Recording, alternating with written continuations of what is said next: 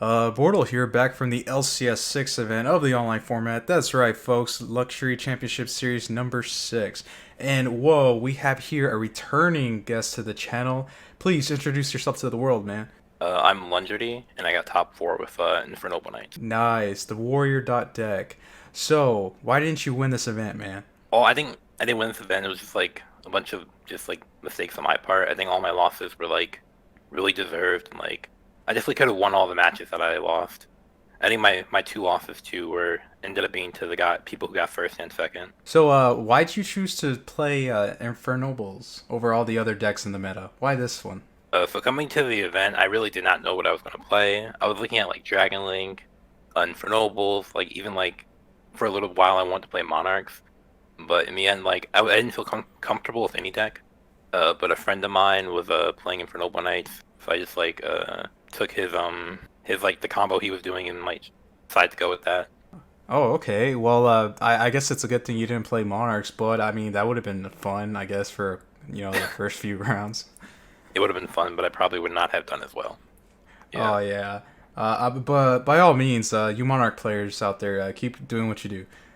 So, before we start this deck profile, would you like to do some shoutouts? I only have one shout out, but shout out to Gabriel Susi. This is actually his I didn't like make this combo with the deck. He did, and I'm just like using it because I didn't like do any testing with the deck or anything like that. So yeah, it's his combo. Oh, okay, sweet. Well, without further ado, would you like to take it away?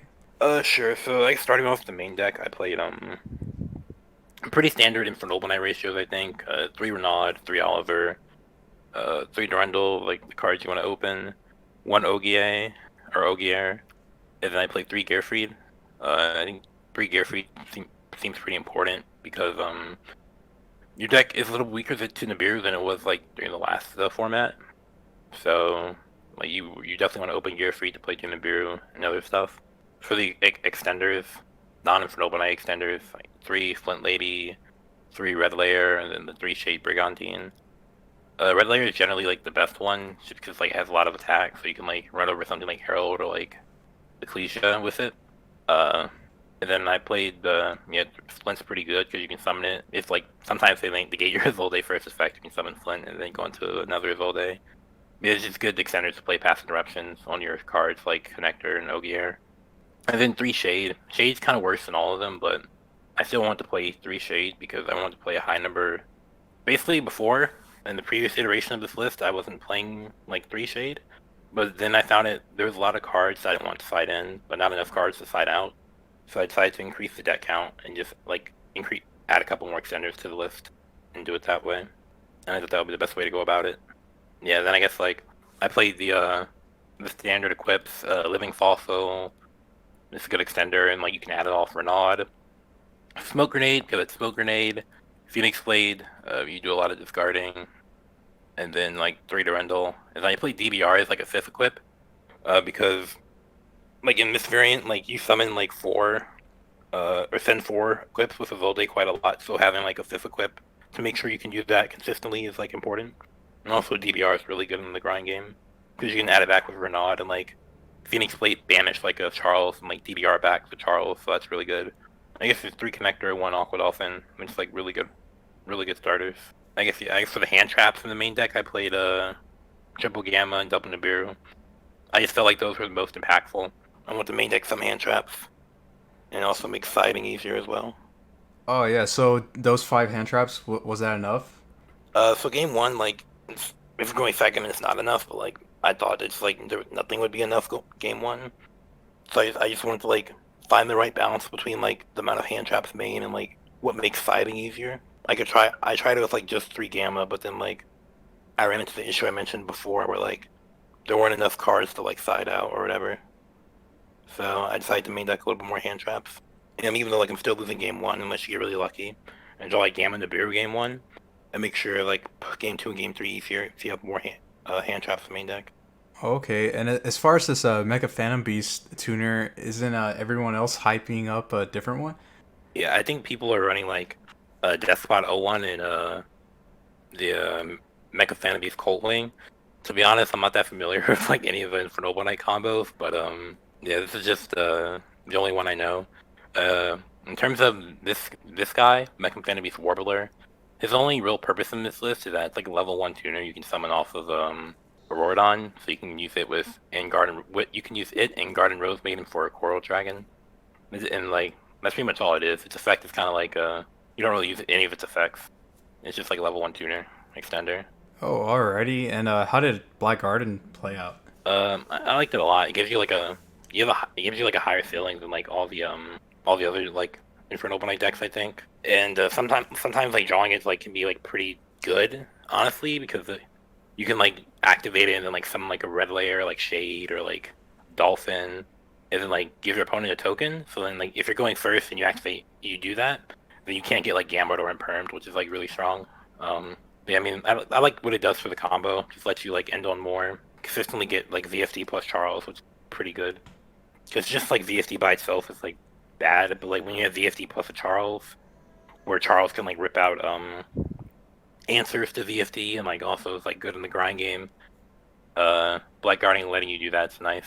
Okay, well, as far as the main deck goes, you did play 44 cards. Is there a reason why you wanted that number? Was it because you didn't want to open so many, equips? There's not like a specific reason for it. I didn't really do like put that much thought into it. There was just like more than 40 cards that I wanted to run. The same issue before I mentioned with like not having enough cards to like side out.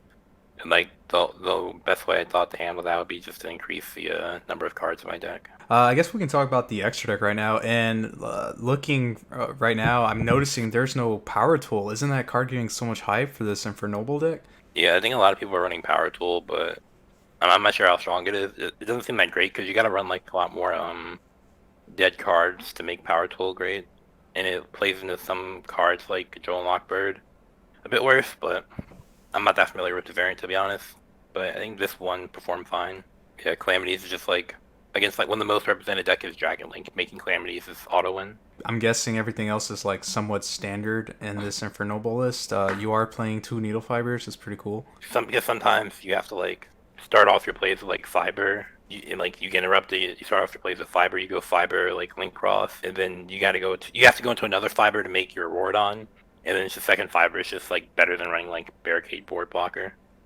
So it's just sometimes where you need to like get into Auroradon, but you've already used like Fiber or whatever. It just lets you turn like two non-machines into like a machine for Auroradon. That's all the second Fiber's for. Oh, alrighty. And did this Lambda ever come up for you? The Lambda was just for the I side decked the Gizmek Uka, so Lambda and the Light Barrier statue, and Lambda so that you can link away the Light Barrier statue and the Gizmek so you can like play. But I never drew the Gizmek, so I never made Lambda. Oh, okay, nice. Would you like to go over your side deck? Yeah, for side deck I played for hand traps. I played 3 Lancia, 3 Joel, 3 Gizmek, and the 1 Nibiru. I'm mainly just worried about Dragon Link, so like that's what that's for. There's the Light Barrier statue and the Water statue. Water's for Dragon Link, Light for Infernoble, but like I didn't play any Infernoble players, so the Light one never came up. Well, I never drew it Gizmek anyway, so like none of them ever came up. And like Lancia and Joel are pretty good versus Infernoble Knight or versus Dragon Link, so that's why I sided those. And the 1 Nibiru to have a 3rd copy because that's really good. Area, the Water Charmers for Gizmek Uka for the Water statue. And I side deck the 1 Harpy's Feather Duster and the 1 Red Reboot for like back row decks. Did you think this was enough back row hate, or were you lucky enough to dodge some of those back row decks? Looking back on it, maybe like it wasn't enough. I'm not really sure. I was just mainly worried about like Dragon Link, to be honest. So like that's where I focused it on. But yeah, my deck list, especially my side deck, could probably be changed a bit. Use some work. In closing, any final thoughts about your deck list and how the event ran? The event was ran pretty smoothly, and I like the deck list a lot. It's pretty fun to play. The CFD is a fun card to make. And then shout outs again to Gabriel Susi for showing me the combo of this, basically. Well, again, congrats on top 4, and thank you for appearing on the channel again, man. Thank you. Sweet. And listeners, if you're not a part of BORTLE Nation, sub for BORTLE. It's that easy and it's free. Oh god, yes. BORTLE out.